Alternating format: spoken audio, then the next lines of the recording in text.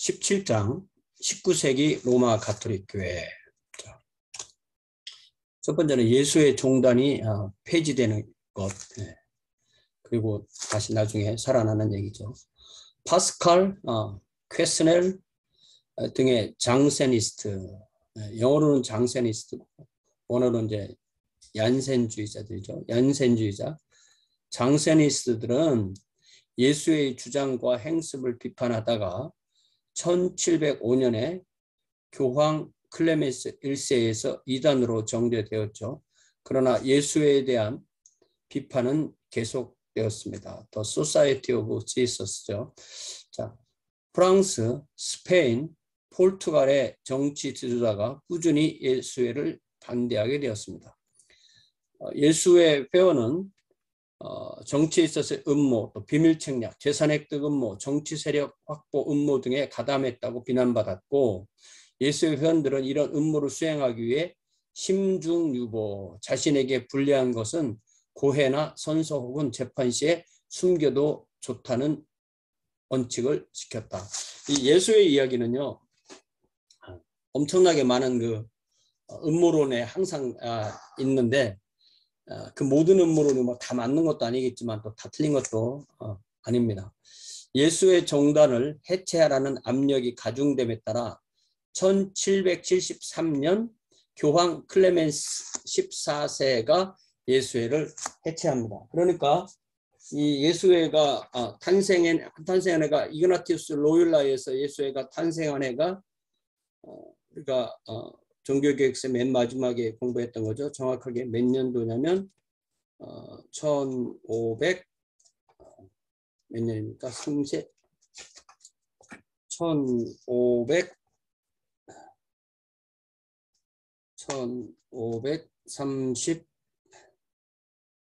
1540년, 1540년에 인준 되었던 예수회가, 그래서 좀 써놓읍시다. 공간이 있으니까 1540년 교황 파울루스 3세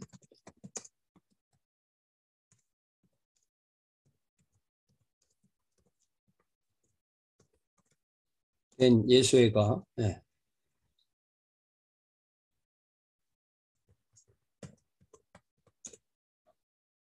1773년 교황 클레멘스 14세에 의해 해체된 거죠.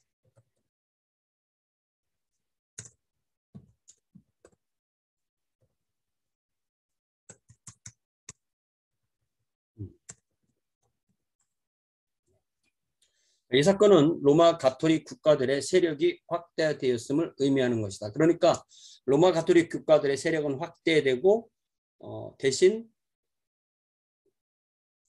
교황청의 세력은 예수의 세력이 이렇게 좀 해체되는 걸 통해서 더 이렇게 약화되는 그런 의미인 거죠.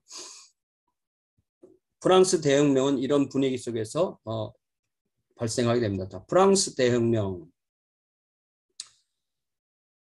우리가 프랑스 대혁명 그러면 1789 이렇게 머릿속에 이렇게 배게 되는 거죠. 그러니까 미국 독립이 1776년이니까 우리가 미국 독립 그렇게 말해주면 이게 아메리칸 리볼루션 이렇게 얘기를 하잖아요. 미국 대혁명 그리고 프랑스 대혁명 그렇게 되는 겁니다. 자, 프랑스는 루이 16세 치하에서 파산을 맞게 되죠. 왕과 왕비 마리 앙뚜아네트는 사치가 극에 달아서 1789년 왕실이 파산하게 됩니다.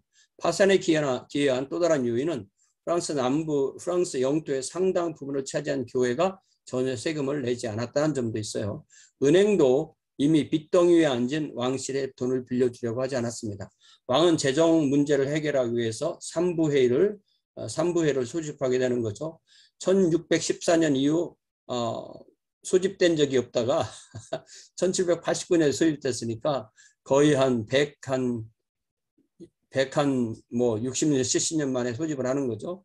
왕이 소집한 회의를 이 3부회의, The Estates General이라고 하는데 프랑스는 절대 군주 국가로서 국민이 세 집단으로 구성되어 있었습니다. 당시에 첫 집단은 국민의 1%인 성직자, 둘째 집단은 2%인 귀족, 셋째 집단이 나머지 모든 그 국민, 즉 평신도죠. 3부에는 이 세 집단의 대표로 구성되는 회의입니다. 성직자와 귀족은 조세 감면 등 혜택을 이뤘고 평민은 조세를 내면서도 자유를 누리지 못했습니다. 이 성직자 귀족이 돈이 있는 사람들인데 이 사람들은 오히려 세금은 안 내고 권력은 갖고 평민은 세금도 내고 자유도 없고 이런 관계죠. 그래서 왕은 재판 절차 없이 사람들을 바스티유 감옥에 가두게 됩니다. 평민들은 3부회를 단일 국민의회로 구성하여 정부를 장악합니다. 그러니까 그런 이 계급 그 상부 조직을 제거하는 거죠. 왕은 이를 반대했으나 재정 압박이 심함으로 굴복했습니다. 1789년 7월 14일 배고픈 군중이 바스티유 감옥을 파괴하고 귀족들의 집을 방화하고 세무 공무원을 살해하고 이래서 프렌치 레볼루션이 발생하게 되는 것입니다. 공식 연대는 89년부터 99년까지. 국민회의는 폭동의 확산을 막기 위해 불공정에 대한 개혁을 시도했고 첫 행동은 봉건제도 귀족의 특권을 폐지하고 프랑스 인권선언을 발표한 것입니다. Declaration of the Right of Man. 네. 사람이 가지고 있는 이 권리가 무엇인가. 그래서 이것이 프랑스 인권선언이 이렇게 되는 겁니다. 모든 인간은 생득적으로 평등하다. 언론 출판의 자유가 있다. 종교의 자유가 있다. 재산권의 자유가 있다는 등의 자연권이 보장됩니다. 그러니까 이 미국이 이때 1789년 이때 종교의 자유, 언론 출판의 자유, 뭐 불평 불만을 표현할 수 있는 자유 이런 것이 세워진 것과 같은 시기에 이렇게 세워졌던 것이죠. 그 외에 교회를 재조직하는데 국민회의는 성직자 시민법 Civil Constitution of the Clergy를 채택합니다. 이 문서는 교회를 시민정부 지배 아래 두었고 감독의 수를 감소시키고 감독을 선출하는 절차를 규정하고 이런 결정사항에 로마 교회의 개입을 제거하고 프랑스 자체 안으로서 그러한 권한을 가지려고 했던 거죠. 따라서 교황은 이 조치에 강력히 반대했고 이 조치를 받아들이는 감독은 누구든지 정죄했습니다. 물론 모든 프랑스 감독은 성직자의 시민법을 준수해야만 했고 특별히 1793년부터 94년 동안 로베스피에르 유명한 이 독재자죠. 과격 공화주의자들의 모임은 자코뱅당의 3명의 지도자 중에 1명이 로베스피에르고 또 하나는 마라 당통이죠. 그래서 우리가 고등학교 다닐 때는 마라 당통 로베스피에르 그렇게 외웠던 기억이 나죠. 참 이 젊었을 때 외웠던 것은 오래가는 것 같아요. 벌써 한 40-50년 된 이야기인데 45년쯤 된 이야기인데 마라 당통 로베스피에르 이렇게 외웠던 기억이 나요. 이렇게 3명이 구성하는 공안위원회 Committee of Public Safety의 그 책임자인데 그 책임자 로베스피에르가 그 반대자들을 잡아서 살해하는 공포 시대였고요. 요때가 이제 93년에 94년 이 기간에 무려 2만여 명이 이 기요틴 단두대의 이슬로 사라진 거죠. 로베스피에르가 만든 그 단두대입니다. 그래서 로베스피에르는 성직자들도 미워했습니다. 성직자들의 반은 성직자의 시민법을 받아들였으나 반은 거부했습니다. 그러니까 이 성직자들이 이 감독은 다 준수하고 성직자들이 다 받아들여야지만 받아들이는 사람도 있고 받아들이지 않는 사람이 반반은 됐다는 그런 얘기죠. 자, 성직자의 시민법을 거부하는 사람들은 외국의 가톨릭 세력을 끌어들여서 프랑스의 성직자의 세력을 회복하려고 합니다. 이런 시도는 결국 성직자 다시 만여 명이 살해되는 결과를 낳았고 루이 16세도 또 1793년에 단두대에서 처형당했고 왕비 마리 앙뚜아네트도 역시 단두대에서 살해됩니다. 그러나 결국 1794년 7월에 로베스피에르 본인도 실각하게 되고 자신이 만든 단두대에서 처형되게 됩니다. 이 결과로 또 더 아주 심한 이성의 광풍이 부는데 프랑스는 애국 종교 혹은 이성 종교가 대두되었고 초월적 존재에 대한 신앙, 영생에 대한 믿음, 이성의 능력 등에 대한 신뢰가 그 핵심이었고 교회 재산은 압수되었고 교회의 성자들을 대신해서 철학자들의 동상이 건립됩니다. 이게 뭐 이때 온갖 이상한 일을 다 했죠. 일주일을 뭐 열흘로 바꿔본다든지 뭐 이성의 신에게 예배한다 이런 거 다 해봤는데 결국은 다 망하고 말았습니다. 이런 상황에서 등장한 사람이 바로 보나파르트 나폴레옹이죠. 코르시카, 샤르데나 코르시카, 이 코르시카 섬의 가난한 집안 출신인 나폴레옹 보나파르트. 그러니까 나폴레옹 퍼스트 네임입니다. 보나파르트가 가문 네임이죠. 1769년생이고 1821년. 그러니까 약 한 50, 한 2, 3세. 9살에 군사훈련학교에 입교해서 26살에 장군이 되고 27살인 1796년에 프랑스 군대의 사령관이 됩니다. 같은 해 그는 정계의 발이 넓은 이혼녀 조세핀 드 보아르네와 결혼하게 됩니다. 이때 나폴레옹의 나이는 불과 27살이었고 조세핀은 33살이었어요. 그러니까 이 나폴레옹은 키가 작았다고 그러죠. 지금 그 러시아의 그 푸틴도 키가 아주 작죠. 한 165cm 이 정도밖에 안 되는 것 같아요. 자, 국민회의는 몇 차례 변혁을 거치면서 1795년부터 99년까지 집정부, 디렉토리라는 정부를 구성했고 5명의 집정관들은 무능하고 타락했으므로 나폴레옹의 인기는 상승하게 됩니다. 자, 나폴레옹은 1799년에 쿠데타로 정권을 잡고 총독이 됩니다. 콘술. 형식상으로는 공화정을 유지했으나 실권은 총독인 나폴레옹이 장악하고 나폴레옹 법전을 제정해서 평등권, 재선권, 종교의 자유 등을 보장하게 됩니다. 그러나 그의 야심은 1804년 국민투표를 거쳐서 스스로 황제로 대관한 것으로 드러납니다. 그래서 이 신성 로마 제국이 이때 끝나는 거예요. 프랑스 제국의 황제. 이 황제라는 말은 항상 자기 나라만 통치해서 황제가 되는 게 아니에요. 그래서 옛날에 우리 대한민국에서 대한제국이었은 황제라고 그냥 한 거지 황제의 실제적인 것은 없는 거죠. 황제라는 말을 최소한 들으려면 타민족을 지배해야 되는 거고, 그래서 이 황제로 대관한다는 것 자체가 이미 이 나폴레옹은 그런 야심을 드러낸 거죠. 황제가 되자마자 교회 및 교황과 타협책을 제시합니다. 모든 감독은 일단 사임하고 나폴레옹이 선별적으로 재임명합니다. 성직자의 시민법을 반대하는 모든 감독은 나폴레옹의 인주를 받지 못하므로 재임명에서 탈락하게 됩니다. 교회의 모든 재산은 국가에 반납하고 국가가 그 대신 교회를 유지하기로 했고, 그래서 결국 모든 사역자 월급은 국가에서 지급하게 됩니다.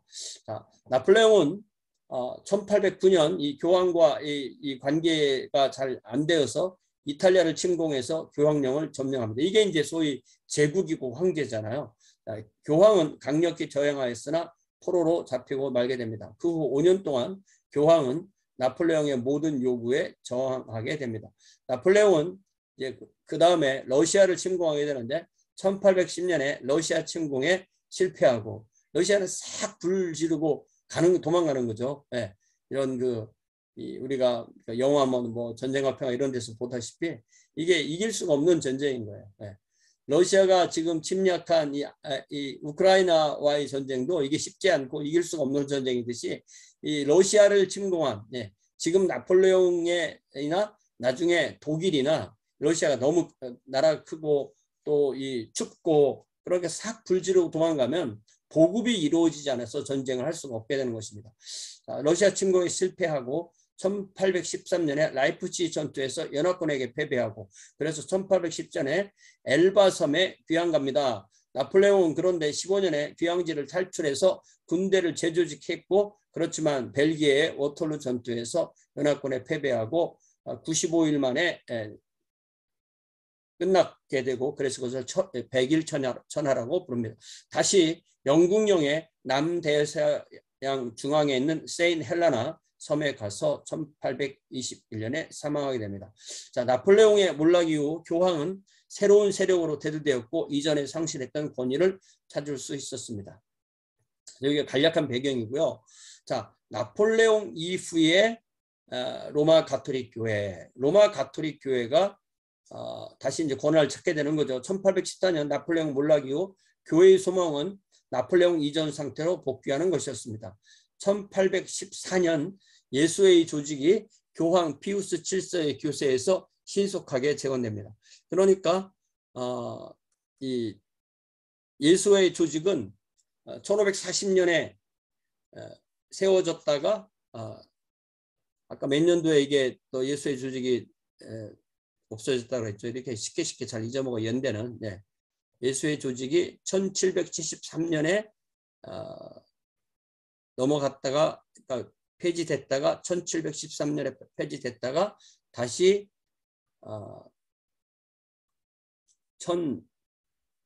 1814년에 교황 피우스 7세의 교세에서 재건된다. 이렇게 되는 거죠. 그래서 지금까지 예수회가 있는 것입니다. 자, 감독들도 원래 위치로 환원되고 교회의 재산도 대부분 교회로 환원되고 그러나 로마 가톨릭 교회는 혁명 이전으로 돌아가지 않는 그런 부분도 생기게 된다. 일부 가톨릭 지도자들은 이 사실을 인식했고 그것을 가톨릭 자유주의, 레버럴 카톨리시즘이라고 부르게 되는 것입니다. 그들은 교황권 지상주의와 프랑스 사상, 언론의 자유, 종교의 자유, 출판의 자유 둘 다 보존되어야 된다고 주장했습니다. 그러니까 교황도 분명히 중요하지만 이런 혁명 사상도 같이 있어야 된다. 지도자가 라무네였고 이 사상이 특히 비가톨릭 국가에게 효율적이라고 주장했습니다. 그러나 교황은 이 사상을 받아들이지 않았고 1832년 교황 그레고리 16세는 이 사상에 강력하게 반대하게 됩니다. 자, 그 다음에 이제 유명한 교황이 피우스 9세인데요. 피우스 9세가 1846년에서 78년, 46년에 교황이 되었고 처음에는 전임자들보다 변화에 좀 더 개방적인 것처럼 보였습니다. 그러나 48년에 로마에서 일어난 혁명으로 인해서 도피하고 혁명이 끝난 후에 돌아온 후 그는 완전히 다른 사람이 되었습니다. 그래서 78년까지 46에서 56, 66, 76, 32년 동안 교황을 한 거죠. 모든 개혁을 엄격하게 반대합니다. 피우스 9세가 한 그 세 가지 중요한 교령을 발표한 걸로 유명한데요. 첫 번째가 1854년에 발표한 마리아의 무염시태의 교리, 무염시태, 도그마 오브 임마큘레이트 컨셉션. 이 무염은 원죄에 오염되지 않은 이라는 의미로 보통 임마큘레이트를 우리가 한국말로 그렇게 무염이라는 말로 원죄에 오염되지 않은 라고 그렇게 번역을 하고요. 컨셉션, 임신이라는 그런 뜻이죠. 자, 이 교리는 로마 가톨릭 교회가 여러 해 동안 일치되지 않았던 교리인데 공의의 동의 없이 피우스 9세 단독으로 발표한 것입니다. 이 교리의 내용은 예수의 어머니 마리아가 그러니까 예수의 어머니 마리아가 그의 아들 예수 그리스도의 공로를 미리 힘입어서 그녀가 그녀의 어머니 태중에 잉태될 때 원죄가 없이 무흠하게 잉태되었고 그리하여 마리아는 원죄가 없다는 교리입니다. 그러니까 이 원죄의 끈이 어디서 끊어졌냐면 마리아가 마리아의 어머니, 마리아의 어머니 이름이 보통 이제 에나라고 하는데 에나의 태중에서 잉태될 그때 예수 그리스도의 보혈로 마리아의 그 죄가 끊어졌다. 거기서 원죄를 받지 않았다. 마리아는 이런 그 교리를 말하는 것입니다. 피우스 9세는 1854년 12월 8일 이렇게 무염시태의 교리를 선포하게 됩니다. 자, 이분이 이제 피우스 9세고요. 복되신 동정녀 마리아는 그녀 자신의 수태시부터 인류의 구주이신 예수 그리스도의 공로로 미루어 볼 때 전능하신 하나님의 특별 은총으로 그분에게만 주어지는 은덕으로 원죄의 모든 허물로부터 자유로워지셨음이 하나님에 의해서 계시되었다는 교리를 우리는 규정하고 선포하고 정의하는 바이다. 그러므로 모든 신실한 성도는 확실하고도 꾸준하게 믿어야만 할 것이다. 그러니까 로마 가톨릭의 전통이 뭐가 있냐면 이 교회에서 교리를 딱 정해서 이렇게 선포하는 거예요. 그러면은 그것이 성경과 동등한 그런 권한을 갖게 되는 것입니다. 그래서 로마 가톨릭은 이 성경이 뭘 말하는가 보다는 교회가 어떻게 교황에 의해서 무엇이 발표되는가 공식적으로 그걸 믿는 겁니다. 그러니까 개신교도하고 가장 다른 점 그거죠. We declare, pronounce and define that the doctrine which holds that the Blessed Virgin Mary at the first instant of her conception by a singular privilege and grace of the omnipotent God in virtue of the merits of Jesus Christ, the Savior of mankind, was preserved immaculate from all stain of original sin, has been revealed by God, and therefore should firmly and constantly be believed by all the faithful. 이렇게 정의된 것입니다. 그러니까 우리는 마리아도 원죄가 있는 죄인 이렇게 봅니다. 그런데 로마 가톨릭에서는 예수님이 무죄하려면 이 마리아도 그 원죄가 없어야 된다 이렇게 생각하는 거예요. 그런 차이점이 있습니다. 그리고 1850년에 이단 교서 목록, 또 Syllabus of Errors. 이거는 교의가 아니라 교황의 선언인데 철회되기 전까지는 교회와 교황의 공식적인 견해로 인정되는 것. 뭐 대통령도 대통령 명령이 있듯이 교황도 교황의 선언이 있는 거죠. 그 내용은 19세기의 문화 정치적 발전에 대항하는 것입니다. 종교적 관용 중심 거부, 교회와 국가의 분리 거부, 공립학교 제도 거부, 정치적 종교적 모든 자유 운동 거부 등 80가지의 오류를 지적합니다. 이것은 그렇지만 1860년대 로마 가톨릭 사상을 대표하는 것이지 오늘날의 가톨릭 교회 사상을 대표하는 것이 아닙니다. 그러니까 로마 가톨릭은 지난 그 교회 역사 동안에 그때그때 필요한 것을 이렇게 발표를 해가지고 그것이 그때의 교리. 그러나 지나고 나면은 또 그것에서 필요할 때는 또 벗어나기도 하는 것입니다. 1870년에 발표한 교황 무호 교리. Dogma of Papal Infallibility. 교황은 이 교리에서 벗어나는 발언을 할 수 없다. 공식적으로. 이 교리는 교황이 단독으로 반포한 것이 아니라 제1차 바티칸 공의회. 그렇게 제1차 바티칸 공의회가 이제 우리 1960년 이때부터 한 90년 후에 있었던 이 마지막 공의회, 지금까지 마지막 공의회 바티칸 2보다 한 90년, 100년 앞선 공의회인데 이때가 1860년부터 70년이고 이때가 로마 가톨릭이 가장 우경화된 그런 바티칸 회의 공의회가 바티칸 공의회입니다. 이때가 바로 이 피우스 4세 때 있었던 것이고요. 에서 결정된 것이다. 이 바티칸 제1차 바티칸 공의회는 20차 공의회고요. 이 교리를 선포하기 위하여 소집되었는데 얼마 후에 모든 공의회를 중지시킨 공의회라는 별명은 없습니다. 왜냐하면 교황이 그 교리를 발표하면 되지 굳이 공의회를 모일 필요가 없게 되는 거죠. 그렇지만 그 이후에 바티칸 II 공의회를 모였던 것이죠. 이 교리는 신앙과 행습의 최종 권위는 공의회에 있는 것이 아니라 교황에게 있다는 것입니다. 그래서 이 교리에 대하여 반대자들도 많았습니다. 이 교리는 교황이 엑스 카테드라, 그 무슨 말이냐면 from the chain, from the throne 이런 말이죠. 즉 그의 직무로부터 공식적으로 자신이 어떤 자신의 의자에 앉아서 공식적으로 발표한 것, 신앙과 행습에 대해서 언급하면 성령께서 오류로부터 그를 보호하신다는 가르침입니다. 이것은 로마 가톨릭 교회가 오류가 없다는 것을 유지하기 위해서 선포한 교리입니다. 그러니까 가톨릭 교회가 오류가 없다라는 것을 유지하기 위해서 선포한 교리이지만 교황이 뭐 사적으로 죄를 지을 가능성이 없다거나 그러니까 그런 틈을 또 오히려 만들어 주는 거죠. 죄가 없다는 것도 아니고 교황의 모든 언어 생활이 오류가 없다는 의미도 아니게 됩니다. 그러니까 이 바티칸 을 했지만 그건 결국 교황의 권위를 세워주기 위한 의미밖에 없다는 것이죠. 이 권한은 1870년에 제정된 후 80년이 흐른 1950년 1월 1일 교황 피우스 12세가 성모 몽소 승천 The Dogma of the bodily assumption of Mary 교리를 반포할 때 사용되었습니다. 예수 그리스도의 그 승천할 때는 ascension 이렇게 쓰거든요.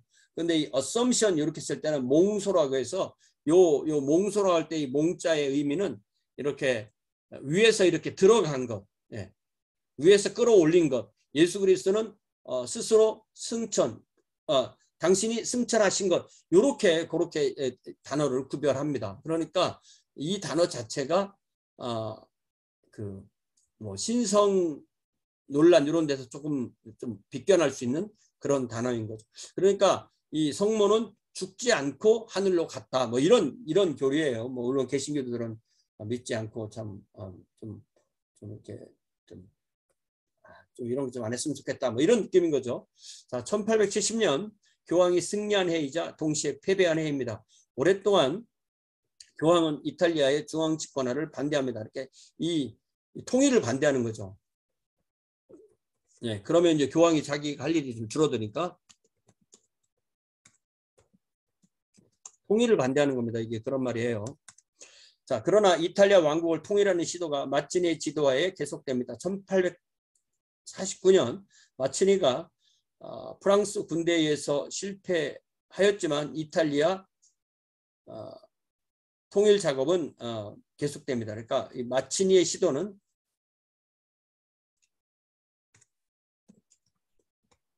프랑스 군대에서 실패했지만 이탈리아의 통일 작업은 계속됩니다. 이탈리아 북부는 카보르가 점령하고 남부는 가리발디가 점령합니다. 이 가리발디가 이제 이탈리아 통일의 영웅인 거죠. 1849년 프랑스 군대가 20년간 점령했던 로마에서 철수합니다. 이런 게 참 띄어쓰기 쉽지 않아요. 그죠? 20년 동안. 네.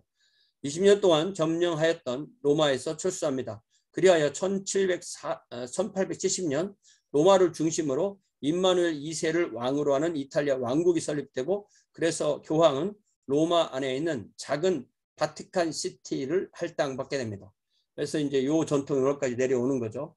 피우스 9세는 이런 조치에 반대하고 자신을 바티칸의 죄수라고 묘사했습니다.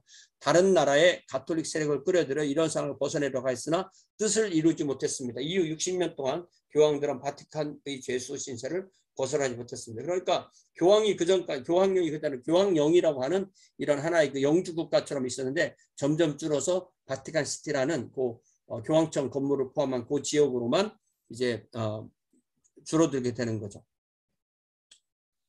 자, 이때 유명한 교황이 또 레오 13세인데요. 78년부터 1903년까지 이분도 굉장히 오래 했네요.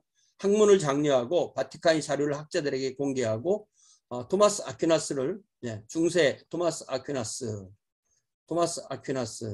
아퀴나스를 로마 가톨릭 교회의 표준 신학자로 선언하고 아퀴나스의 신학대전을 로마 가톨릭 교회의 표준으로 삼았다.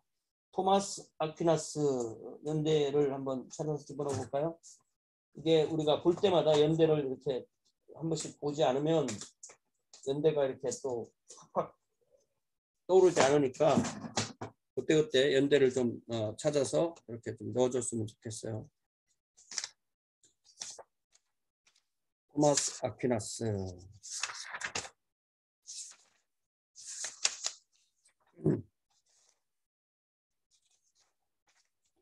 1225년에서 74년. 네, 좀 건강이 좋지 않아서 일찍 돌아가셨다겠죠. 1224년에서 25년에서 74년.